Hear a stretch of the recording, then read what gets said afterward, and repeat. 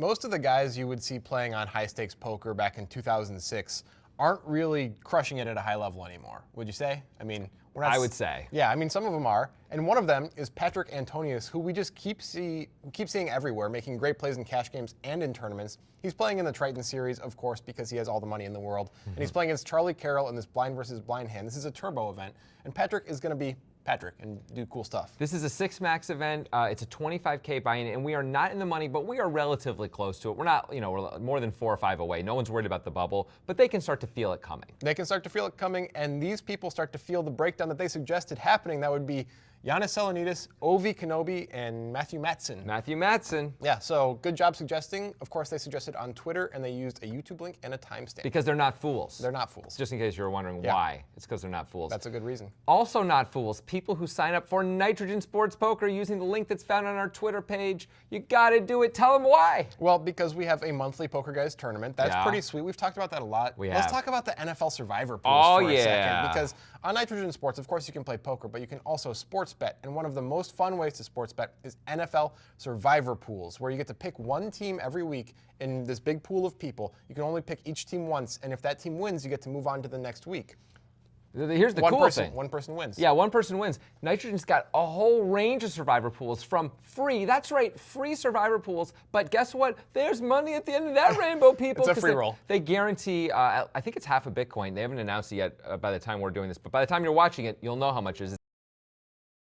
And it goes all the way up to a 1 Bitcoin buy-in. They've got all sorts of different buy-ins if you want to do cheap or not cheap. You got to get in there and get you some Survivor pool. Also get you some poker. Use the link on Twitter. It's a new currency. It's more valuable than British pound. It's more valuable than gold, I think. The new Bitcoin. Avocado. I think I have 580. Thanks, man. 580. Okay, I shall raise small to 80,000. I really see Charlie Carrel mixing it up from a small blind. It's almost like he wants to make a statement about it. He raised 7 deuce suited earlier from the small as well. Peeks over, taking a close look. He's got the talk game going. He's having fun. Patrik Peel here. How many people do you think have ever made a correct decision against Patrik Antonius based on a live read? It's low. It's super low. Has to be pretty low. Yeah. It's like, Yeah, he's definitely played some live poker. Gets the best of it. Bottom pair for Patrik and position. Very important here. Charlie came to play today, mixing it up, got the suit on. Coming at one of the, as you mentioned, legends, old school, been around. Patrik Antonius. Charlie can't be older than, what, 26 or 5? I mean, I think he's a young guy.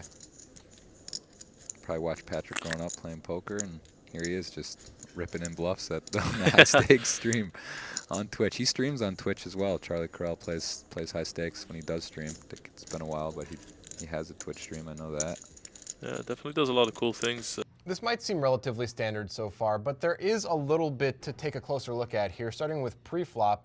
Charlie obviously deciding that any 2 is good enough to raise small to big when Antonius has under 20 bigs. What do you think about this? I mean, I think it's fine specifically because we're in a 6-max and it's a big blind ante. That means the ante's going to be bigger than before, pre-big blind ante days anyway. There's more money to go after. I think it's really reasonable for him to raise a hand like this. I'm not saying you should always raise this. You should probably throw it away sometimes. It's pretty bad. But still, there's so much extra out there. And Patrik may just be throwing away some of his hands because he's got 19 blinds. Right, but he is Patrik, and he probably feels like he has the post-flop advantage against the world. Yeah. And so he's like, well, I can call with a lot of hands, including King 6 off, which, I don't know, we debated this on our podcast. He could be shoving here. It's not a hand that plays great post-flop. I personally prefer, if you're going to keep some King X's in your range that are just calls, I'd rather have suited ones. I know they have 3% more equities when you shove, but still, they play way better post-flop. I think that's a bigger factor. Doesn't really matter that much in the end, though. Patrik decides, I'm good enough, I'm going to call. It's fine, right? Yeah. So we get to this flop. And it's a pretty coordinated flop. Like, there's a ton of different types of hands that hit here.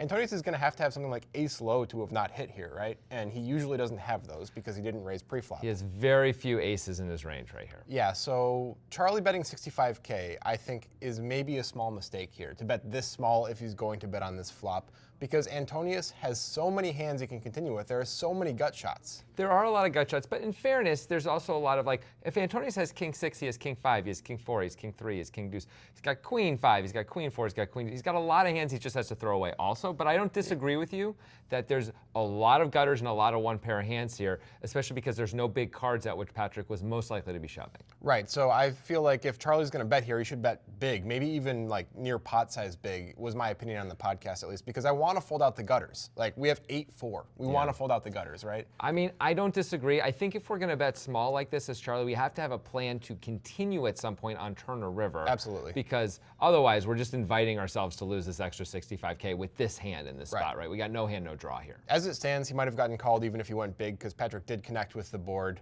I'm not sure about pot size, but definitely for this size, makes all the sense in the world. Yeah. Content, also helping people and talking a lot of poker. Really respect that. Yeah, I think he's done some bankroll challenges, and he definitely is engages the poker community.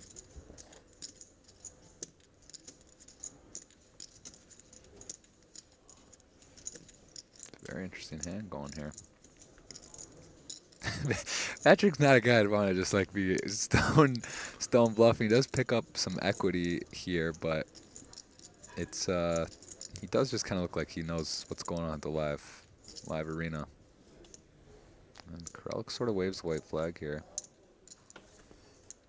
Does get a free card. And once Patrik checks here, he really kind of plays his hand face up, but that's fine, you know, you still have position.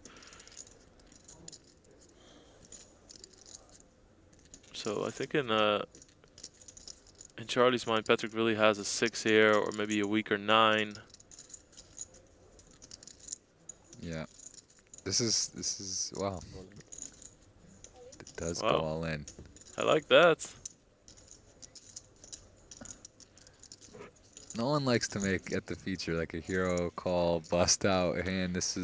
Patrick's certainly not afraid, and if anyone's capable of making a great call, it's Patrik, but it's a tough spot. I really like the bet sizing that Charlie uses here. If he would have just gone with like a more conventional bet of 150,000. Look at the live tell smiling, looking around. Maybe a little reverse tells here. Yeah.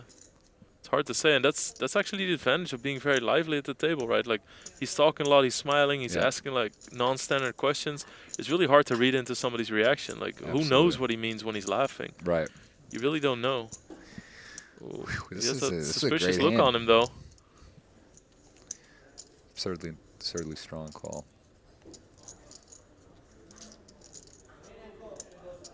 Yeah, this isn't like a 50-50. I mean, this is a complex bluff and spot. And they're deep as well. It's interesting. I mean, this is 117 entered, and they're down to. It's getting close to the money. Yeah, 11 spots away. From today so far, I don't think I've seen anyone use even 2-time banks. Like this is certainly not a usual thing. Everyone's played very fast. Even pre-flop, flops, turns. There has been no tanking. This is far from a tank. This is a high-level hand. Oh, hello. What a call. Welcome. Bueno. Wow. Patrik Antonius. That is a call. It took you so long. It took you so long. That's good. Wow, what a call by Patrik Antonius.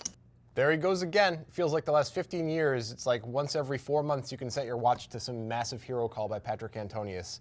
So maybe that's a reason not to do this if you're Charlie Carrel. It's possible. I mean, I could see Charlie sort of talking himself into, Patrik knows that I know that he's a big hero, so when I bet this big, he could level himself into folding a reasonable hand to call with blah, blah, blah. But it seems like Patrik just goes past all that and says, but I call anyway. But screw you, kid. And win anyway. Take all your hair and get out of here. Yeah. Feels like something one like for that. the no hairs right there. That's a good one. All right, so let's get back to the turn and talk about why does Charlie check? Because Charlie does Right. pick up equity. And by the way, as we said, he bet very small on the flop. Jonathan was very adamant, we need to continue with our aggression.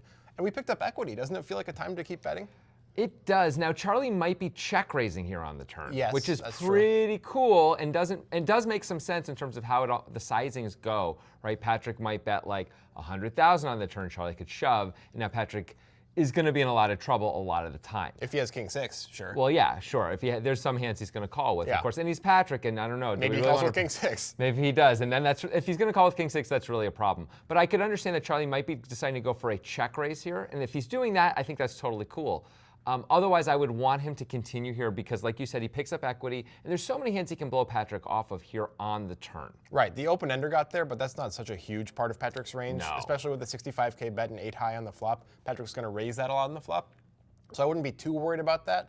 Maybe Patrick hit a 5 with a gut shot sometimes. That's probably going to have to fold if we continue betting. A 6, like Patrick has, really might fold. Really might fold. Yeah, so I don't know. I think I just like continuing better. I understand the check raise is probably the plan. I hate it if it's a check fold plan because that doesn't make any It sense. seems like it can't be a check fold. No, and It Charlie's a seems great really odd. player, so I believe he probably was planning on check raising. And as we see, and we've seen this in previous hands with Charlie Carrel as well, it isn't like he's timid, right? He's not like, I don't want to lose chips here by accident and not bluff. Like he's willing to bluff clearly. So I don't think it's that. My guess is he's going for the check raise. Looks super strong, like ace jack plus, or 2 pair or something like that. And he just didn't get the opportunity because Patrick has the perfect hand to check back. Right. I mean, there's a lot of good hands to check back here. The gut shots are not hands to check back, which is kind of cool. If Charlie's hoping that Patrick has some gut shots, he can definitely check shove him off of those. But certainly a 6, a 9 makes sense to check back. Maybe Patrick sometimes bets a 9. A jack, you would expect to bet out of Patrick.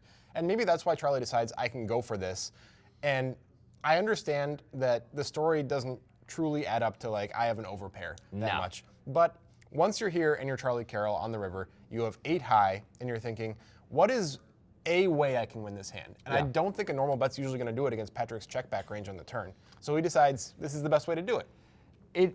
It makes sense, and I think against most of the population of the world, that's going to work just fine. It's going to work against this guy, I'll tell you what. yeah. Like, I'm folding, I'll tell you.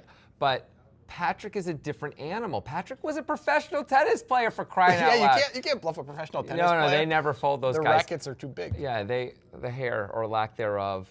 I think he had hair when he was a professional tennis player, though. So because of his tennis playing background, and let's not forget, of course, the male model thing, like Patrick is never going to fold because he's Patrick. He really does sense out, though, to get a little more serious, these bad stories that are told. Charlie knows he's telling a bad story here, I'm does. sure. And Charlie probably thinks so. The only way to win his Grand Slam is to put him all in. It just doesn't work anyway, and it's a problem. If it doesn't work against this hand, we're kind of screwed as Charlie, Right, because Charlie is targeting 9s and 6s, right? Those are the hands that make the most sense to target here. Yeah, maybe a 5 once Maybe in a a while, 5, but not like too many 5s. A 5-7, I guess. That's like 5-7, 5-8 are the only even possible 5s. Right. They don't seem very likely. It really doesn't. So we understand what he's targeting, but so does Patrick. And the thing is, Patrik Antonius he's a great player, but he's kind of an old school guy, we think. We think he's going to go by the story more than distribution or game theory elements like that. Now, we don't know where he lands in his distribution. If he's betting 9s on the turn, this is very near the top, if not the very top of Patrick's distribution with king 6, because ace 6 is a likely shove preflop. Now, if he isn't betting 9s on the turn, this falls way lower in the distribution, and distribution might say fold for this size bet. But I'm not sure Patrick's thinking about that at all. He's just thinking, would this kid really play a jack plus like this? Because he's not playing a 9 like this, right? So I guess my 6 has to be good, unless somehow he rivered a set of deuces. Yeah, it's a little weird. Just thinking about distribution, it's possible Patrick would think like 8-6 and 7-6 are actually higher up because they block the nuts. But that would be it, right? Ace 6 he almost never is going to be able to show up with here. King 6 would be the next best hand if he's betting, as Grant's saying, all his 9s, and we assume he's just re-raising all his pocket pairs pre. Yeah, so distribution actually argues to call. The story argues to call. And you're Patrick. You don't care anyway. You're rich. You're famous. You're handsome. You've got a gorgeous wife. Your children are beautiful. You're going to live forever. He's You've gonna got live the forever? best. Of course he is. He's got the best backstroke in Hollywood and Monaco. Backstroke? Like swimming?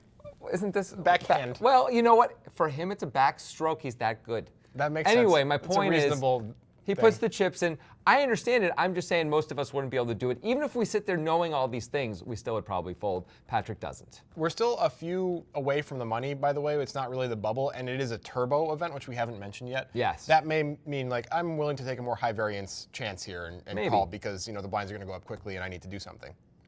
So we thought Charlie could have played the hand a little bit differently unless he was going for the check raise on the turn. If he was, I guess I like how he played it. Yeah, except for the sizing on the flop, I'm still not in love with that. Yeah, I guess, but I understand a little bit if it's a 2-street plan anyway. What do you guys think about this? Is Charlie just sort of unlucky to be up against the boss of all bosses, Patrik, here, or is it something else? Do you think Charlie actually made a mistake? Now, don't worry about those YouTube feuds that Charlie's in with those other poker YouTubers. We're not in any kind of feud with anyone. We never feud with anyone, right? I don't think so. Phil Hellmuth, Viffer. Matt Berkey. Matt Berkey. Well, we didn't feud with him. He just feuded with us. He feuded at us. Yeah, we didn't. That's not a feud if we don't reciprocate. That's that's how we do it. That's on Anyway, him. So what do you guys think though about the plays in this hand? Do you like the call ultimately by Patrik, or do you think it just sort of got lucky that Charlie didn't have it this time? Do you like Charlie's shove on the river, or do you think he should just be giving up? Let us know in the comments. We look forward to seeing what you have to say. And as I said earlier, there are many examples of Patrik continuing to be a boss throughout time, and he just can, you know, time travel or space traveled anywhere and be a boss right there. And we're going to time and space travel you back to a hand against Timothy Adams, where Patrik Antonius decides to own souls again. Yeah. Do you think if Patrik like wore a mustache and like a wig, and then made a big call, he'd be undercover boss? I think that's what that show's about, pretty actually. sure I think that's 100% what that show's about. Anyway, of course, if you want to learn more about this hand, how we came to our conclusions, we do a podcast. We do it twice a week, not just once like the videos. We have extra hands on there. It's the Breakdown Poker Podcast with the Poker Guys. You got to check it out because it's awesome. It's amazing. And if you like this video, make sure you subscribe to our YouTube channel.